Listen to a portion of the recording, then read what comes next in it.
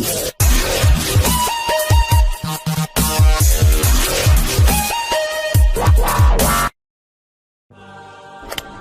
there.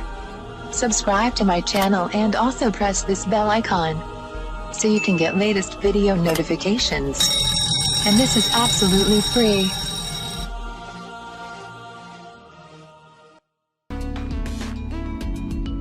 अस्सलाम वालेकुम friends, आज मैं आपको बताऊंगी कमर कस के लाजवाब फवाइद।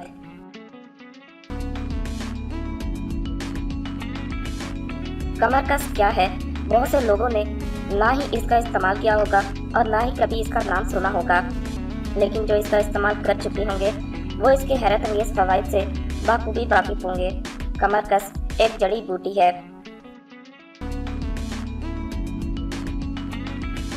कमर कस की ग़िज़ाइयत और हैरत अंगेज फवाइद। कमर कस में बेहतरीन किस्म के फोलेट एसिड की मिकदार पाई जाती है। साथ में इसमें कार्बन, मैग्नीशियम, विटामिन ए के और पोटाशियम भी पाया जाता है, जो इसको मुख्तलिफ मसाइल के हल में बहुत मुफीद बनाती है।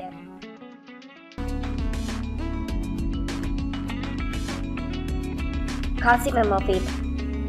अगर कमर कस के फवाइद के हवाले से बात की जाए तो ये खांसी और बलगम दूर करने के लिए बेहद मुफीद है। अगर आपको खांसी और बलगम की शिकायत है तो आप कमर कस का इस्तेमाल करें, इससे आपको बहुत आराम मिलेगा।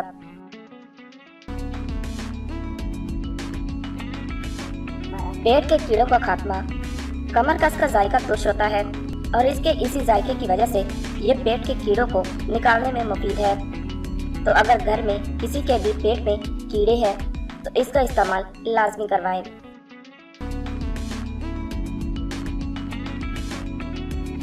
शुगर मतवाजन रखने के लिए शुगर के मरीज कमर कस के पत्ते इस्तेमाल कर सकते हैं, क्योंकि ये शुगर लेवल को कंट्रोल करके जिस्म में इंसुलिन की मिकदार को बढ़ने नहीं देता और इसका तुर्श जायका खून से शुगर लेवल को गिराकर मतवाजन बनाता है।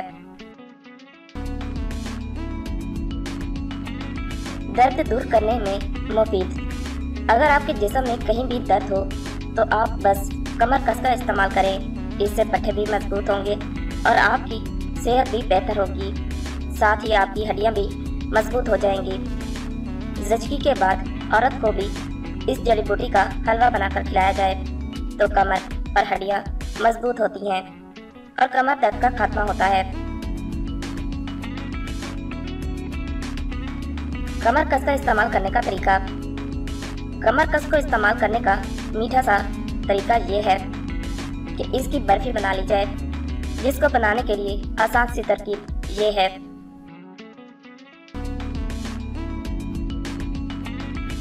कमर कस की बर्फी बनाने का तरीका। 150 ग्राम या अपनी मर्जी के मुताबिक कमर कस को अच्छी तरह पीसकर पाउडर बना लें। अब एक पतीली में इस पाउडर को डालें और खूब भूनें।